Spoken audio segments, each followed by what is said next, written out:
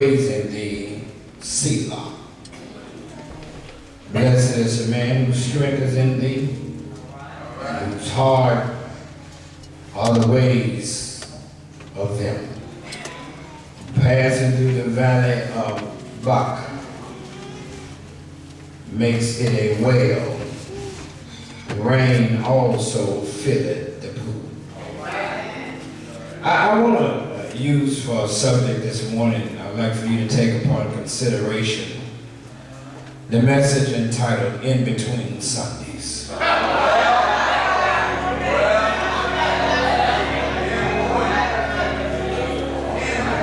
Y'all so dull. Shake somebody's hand, tell me in between Sundays.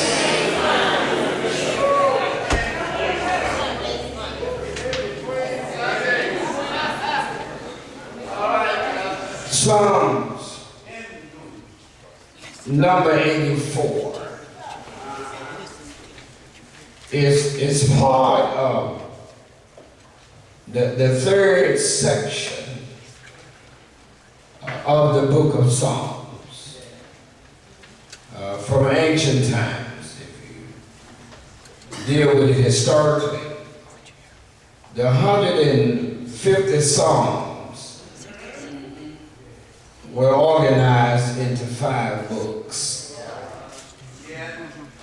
And these 5 books, ladies and gentlemen, parallels, align, and they are synchronized with the first 5 books of the Bible. When you read book number 1, which is Psalms 1 through 41, it is parallel with Genesis. When you read book number 2, Psalms 42 through 72, it is parallel with Exodus. You get all the way down to Psalms 3, which is book number 3. It is parallel with Psalms 73 through 89, and it looks like Leviticus. All right. You get to Psalms 4, book 4. That's Psalms 90 through 106. It's aligned with Numbers. The last book of Psalms, which is Psalms 5, it goes from Psalms 107 to Psalms 150. And it looks just like Deuteronomy. But I want to talk about Psalms, the third book of Psalms, between Psalms 73 and 89 that looks like Leviticus. Matter of fact, this section is given focus to and attention to primarily the house of God. Leviticus lays out protocol and principles about homage to not only attending the house of God, but also implication that applies, suggesting that it was a place where one could have uninterrupted intimacy with the divine Savior. Matter of fact, it's very clear to us that he's trying to get us to a point where we can give him some attention as he gives us some attention. What if God ignored you and never gave you some attention? He deals with this part of Psalms.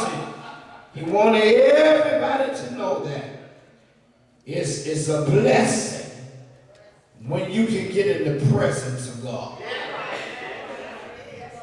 However, being in church is the one place you should have some uninterrupted intimacy with God. Matter of fact, when you step in those doors, I need to hurt somebody's feelings. Be strong. You didn't come to church to see folk. You came to meet God. And you didn't come to church to make friends. You come to get in contact with the Master. I got some folk in here, man, they've been going through their own personal struggle. And then you found the reason that I need to go to church Sunday morning.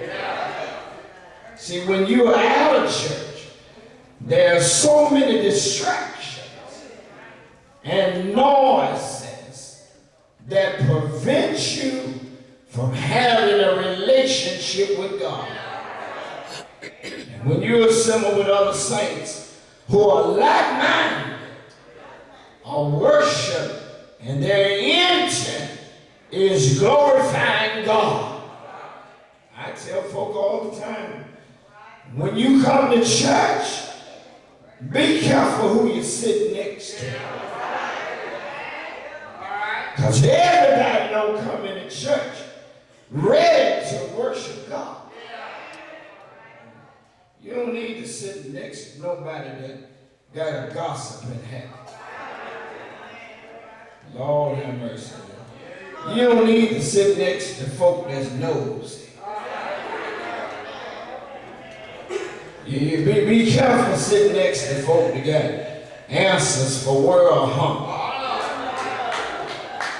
And the world still hungry. And whatever you do, please be careful. Sitting next to folk that ain't never been through nothing. I need some like-kind folk that know what it is to fall. And God have to lift you back up. I need some folk in here that know what it is to be sick and discover that God is still a healer. I need somebody in here that have seen their child go through something to discover that only God can bring them out. Whatever you do, well, I know I got that old Labor Day crowd. I know I'm gonna let you go. You got the ribs on the grill. I'm gonna leave you alone. Y'all don't want to be bothered nobody. Whatever you do, don't forsake. 7 hours sad together. I love it when folk want to argue that I don't need to go to church to get in there.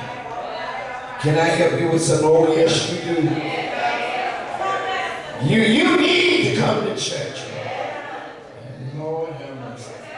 See, when you have like-mindedness, there's some fellowship with people that are like-minded.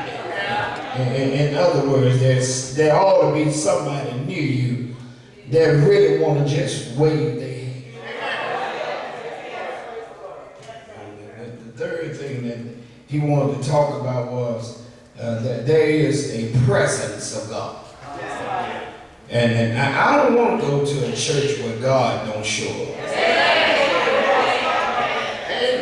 All right.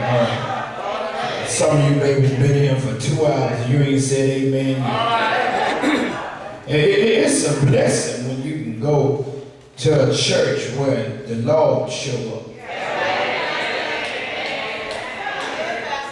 And matter of fact, he ought to show up sometime in your life. I mean, can I just get in your business? Every now and then, he ought to drop by your house. It's all right. Open the door. Let him in. Let him come in and stop with you. At the time of the history of this text, the temple was that designated place where God's presence was readily accessible. It was a place when the Holy of Holies was a place of God, concentrated presence of symbolized by the setting of the Ark of the Covenant. It was a place where people went like you and I have done on today. They come to a sacred portal where our hearts and minds are concentrated and consecrated on the presence of the Lord Jesus Christ.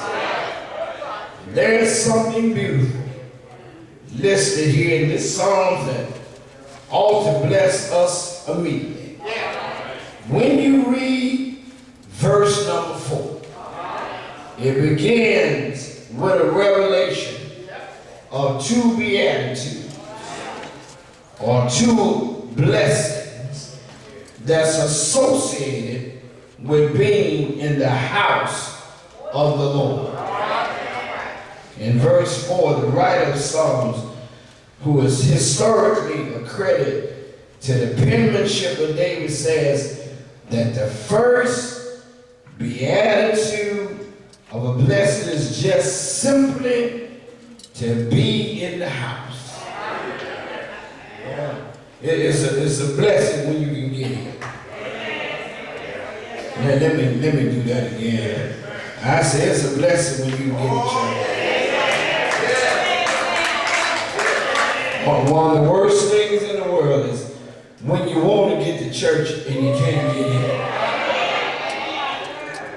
in. This is the wrong crowd. Blessed. Blessed are they that dwell in the house. And guess what he says? Charles, I like this. He says that they will still be praising God. And he uses this word Selah. And historically, it is a blessing that is given particularly to the temple workers, like the priests, the Levites, that have immediately, regular, and daily access to God's presence because they were employees of the temple. Matter of fact, the priests and Levites, they were there 24/7. They were there all the time. They were there because they enjoyed being in the presence of God. And they had a requirement of serving the Lord in the house. And they had immediate access to God's presence, and consequently, they were blessed for just being there. They were blessed for just being there. And if that holds true in historical context, it does not hold in our contemporary context, because God uses this as a prelude and a foretaste of those who expand the priesthood. Because after Christ, in the New Testament, there was something called the doctrine of the priesthood of the believers. You and I are part of the corporate priesthood, because we no longer have to go to church and speak to a priest to get access to God. You ought to thank God. I wish y'all had it. I wish you had went to bed last night. Lord have mercy.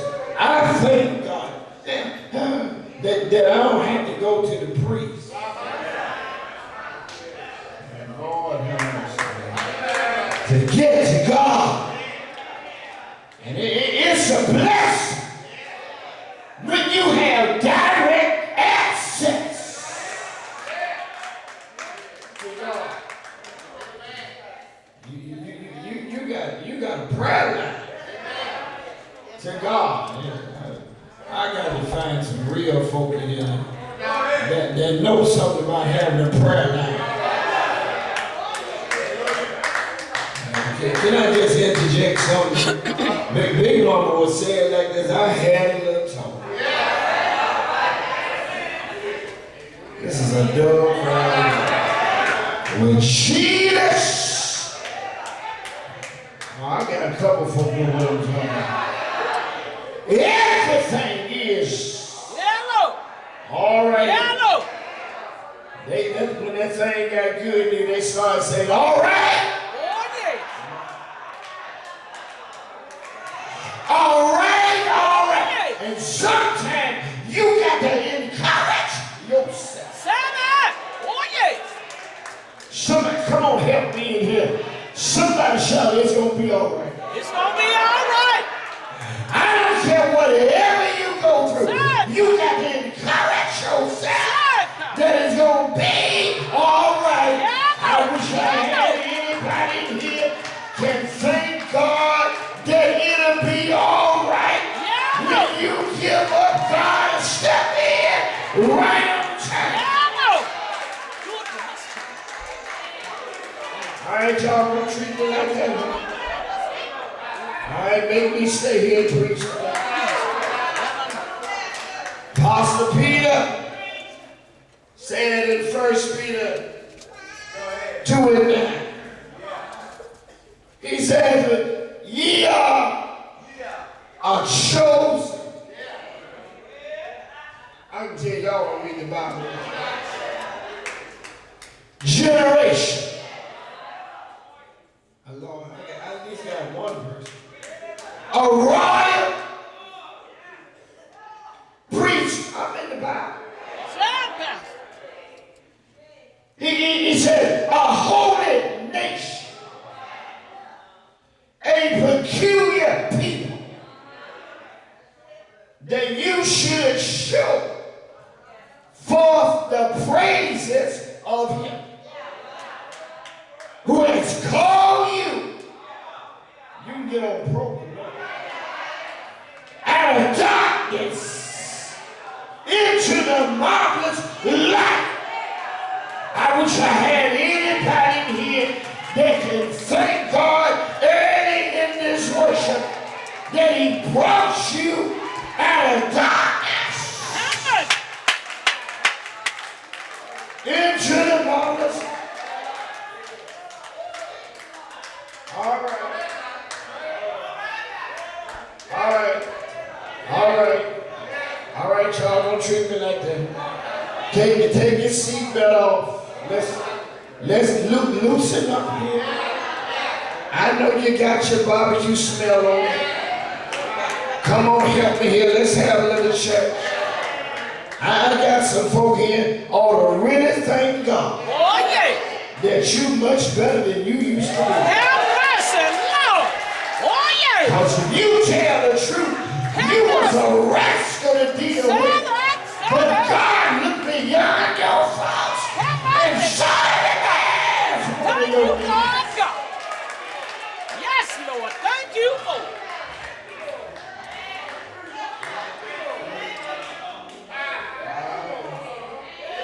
I see how y'all doing. I'm going to the hood to preach this. I want to tell y'all something. You ain't got to schedule a meeting with your priest, with your preacher, with your bishop, with your pastor, to have access to God.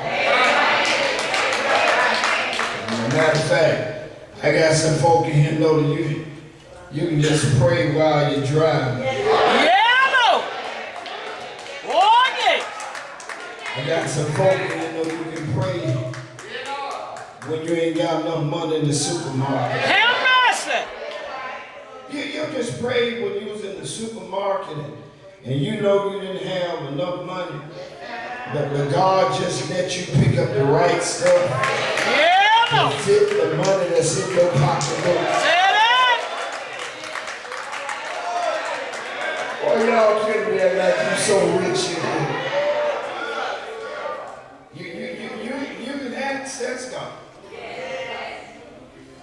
job when it gets too rough for you. I want to help y'all with something. Sometimes you got to step in the bathroom at the job.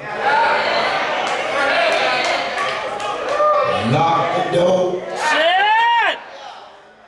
Have a little talk Yes, Lord. with Jesus. Can I get a witness? Chalky Big Mama would say it like this, come on. See about In the room. Jesus. Yes, yes. Come on in, though. And it writes down all my scripture. And he gives me my medicine. Yes, Lord. Thank you, Lord. God has been so good to me. Yes, Lord. Oh, that's right. I'll preach myself down. Let me help you with something. You and I, we part of the priesthood. Because what was once exclusively the right and the privilege of the priest is now been given to every believer. I want to help somebody here. Guess what? You came in this building, man, you struggling. Man, your finances bad, your life about tore. Lord have mercy. You're about to walk out on your family and you said, at least let me go to church one more time. But I want to help you with something. Boy, you're in the right building. God will meet somebody in this building this morning that need to know him. That time when Jesus died on the cross, there was some damage done to the temple property. Bible says that the text says that the curtain, the veil of the temple was rented, that covered the Holy of Holies was torn from top to bottom. I'm in the Bible. And not to let God out, but to let us in. I want to tell you something. God is not locked into one place. Let me say it again. God is not locked into one place. He's everywhere at the same time. Yeah, Lord. If he moves, he bumps into himself. He is wherever he left, he's always will be wherever he's going.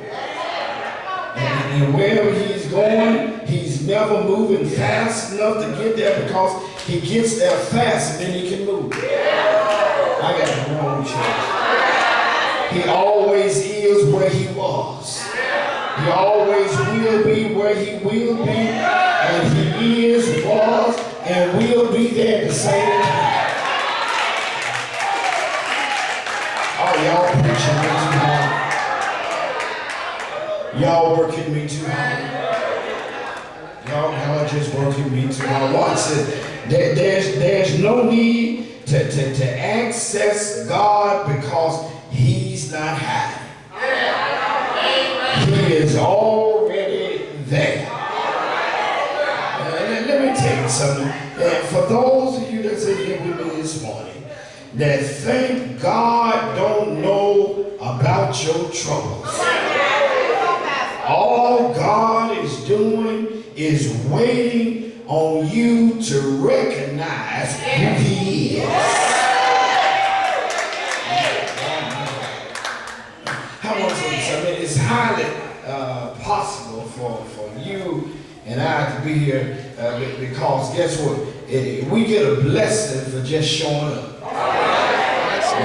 Let me get it again. I said we get a blessing. Yes, Lord. For just showing up. See, I got a lot of members, sometimes they attend Bedside Baptist. Reverend Pillowcases, they pastor. Have mercy. Let me help you with something. It's a blessing when you can come in. a blessing when you can leave from your house, drive your car, get into a church, get out the car, walk in the building, and hold your hands up. I said it's a blessing.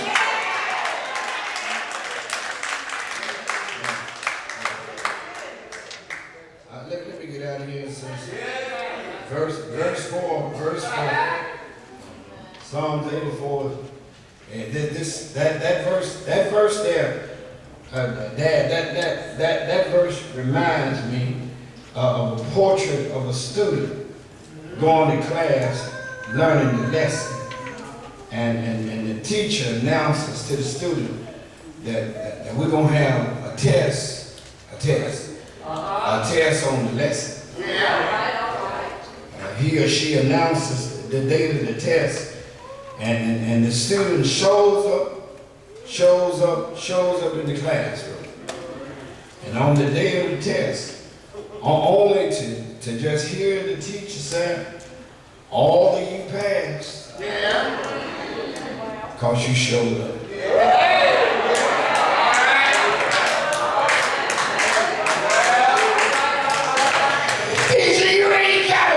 Test, but you passed for just showing up. I got to find somebody in here that'll thank God that you passed for just showing up.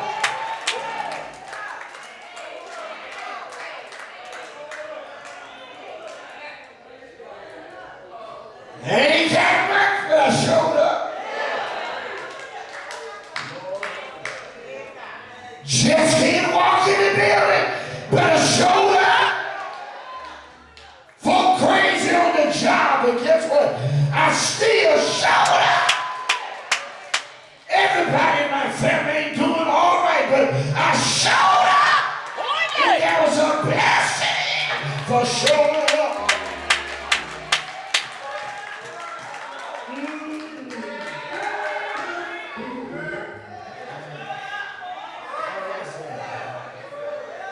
Nick, come on up here. I gotta go to church. Here we go. Stay with me.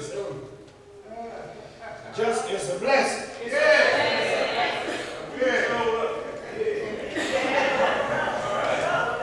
It ain't about this black something.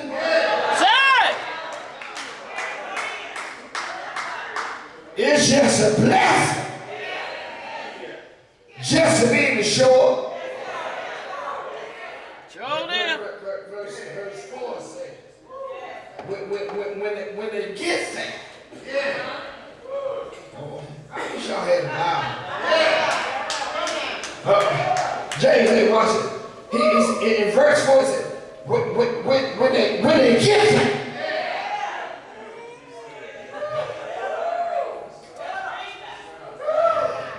I ain't gonna bother y'all. When they get there, they still. I got a couple of reasons. They still will be praising God. Let me still. Somebody shout still. Still is an ongoing motion that started late.